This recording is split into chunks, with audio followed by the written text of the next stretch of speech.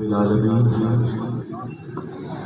والصلاة والسلام علی سید الانبیاء والمرسلین الصلاة والسلام علیک یا سیدی یا رسول اللہ وعلی آلک وصحابک یا سیدی یا حبیب اللہ۔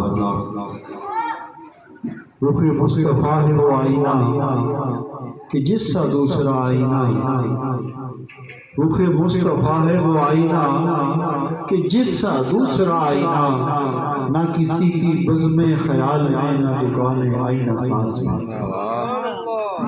تمام طریقے اللہ تعالیٰ کے کاغذات کے لیے ہیں، جو ہمارا خالق ہے، ہمارا مالک ہے، ہمارا رازق ہے اور ہمارا وارث ہے۔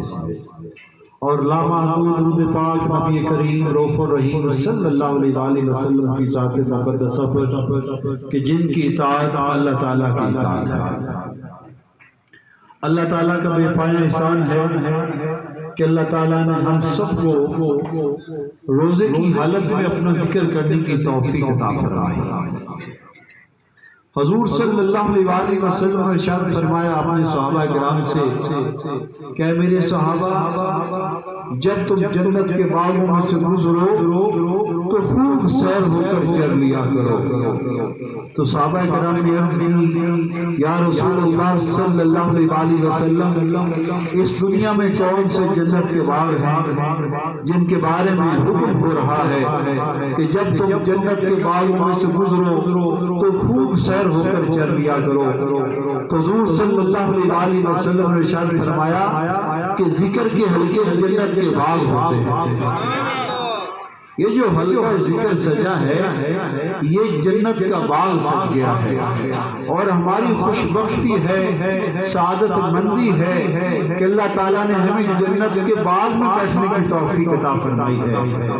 اور خوب سیر ہو کر چڑھنے کا مطلب یہ ہے کہ جب تم حلقہ ذکر میں آ جاؤ، جب تم محفل ذکر میں آ جاؤ تو خوب اللہ کو ذکر کر لیا کرو۔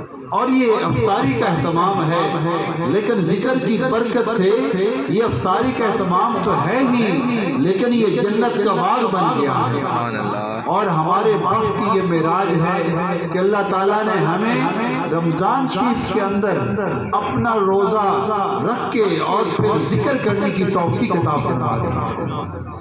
اور یہ میں نے کل عرض کیا تھا کہ اللہ تعالیٰ جس سے راضی ہوتا ہے اللہ تعالیٰ اپنے اس بندے کی زبان پہ اپنا ذکر جاری فرما دیتا ہے۔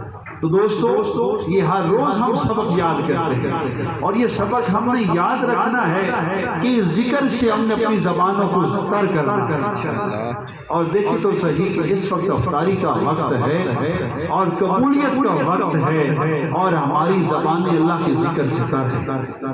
اور ندیم الخیری صاحب آپ کو یہ بار بار کہتے ہیں کہ اپنی زبانوں کو اللہ کے ذکر سے تر کرو، اپنی زبانوں کو ذکر مصطفیٰ سے تر کر لو، اس میں ہمارا ہی فائدہ ہے۔ افطاری تو ہونی ہے، لیکن میں عرض کرتا ہوں کہ نیت بڑی رکھ کے بیٹھنا ہے کہ ہم نے اپنی زبانوں کو ذکر خدا و ذکر مصطفیٰ سے تر کرنا ہے۔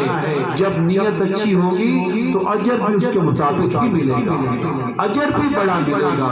تو اس ذکر و فکر کے ساتھ جڑنا ہے اور اپنے آپ کو اس محبت کے ساتھ جوڑ کے رکھنا ہے، اور اس جگہ کو اللہ نے اپنی ذکر سے آباد کیا ہے اور ہمیں اللہ نے اس جگہ پہ جمع فرما دیا ہے۔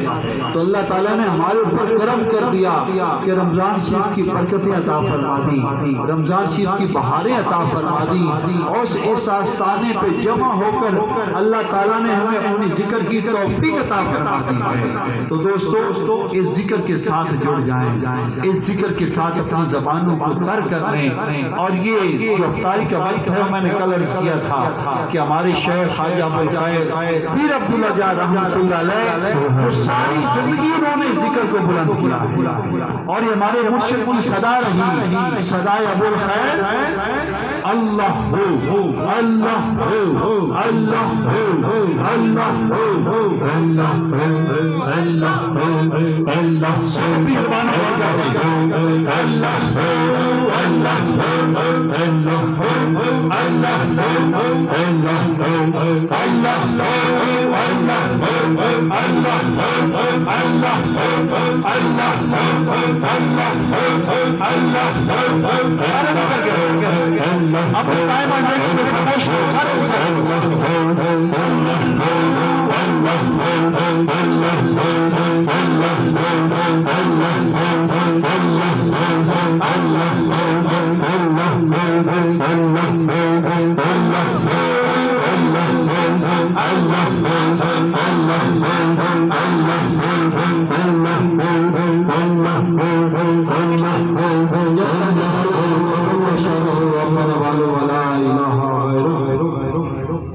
اللہ کا شکر ہے کہ اللہ تعالیٰ نے ہم سب کو اس ذکر پاک کی توفیق عطا فرمائی ہے۔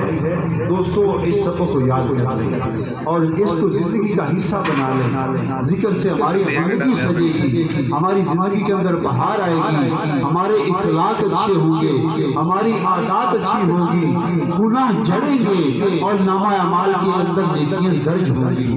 اور روزے تو آئی اس لیے ہیں کہ اللہ ہمارے گناہوں کو بخش دے۔ یہ رمضان شریف اللہ نے ہمیں عطا اس لیے فرمایا ہے، یہ رمضان شریف آتا ہے تو اللہ تعالیٰ اپنی رحمتوں کے دروازوں کو کھول دیتا ہے، گناہ مٹ جاتے ہیں اور نیکیوں کے اندر اضافہ ہوتا ہے۔ تو اللہ تعالیٰ ہمارے پچھلے سارے گناہوں کو معاف فرمائے، اللہ تعالیٰ ہمارے نامہ اعمال کے اندر نیکیوں کا اضافہ فرما دے، اللہ تعالیٰ ہم سب کی بخشش فرما دے، اللہ تعالیٰ اس جگہ کو ذکر و فکر سے آباد و شاد فرمائے اور اس ذکر کو اللہ تعالیٰ ہمیشہ ہماری زبانوں پہ جاری اور ساری فرمائے۔ وما علینا الا البلاغ۔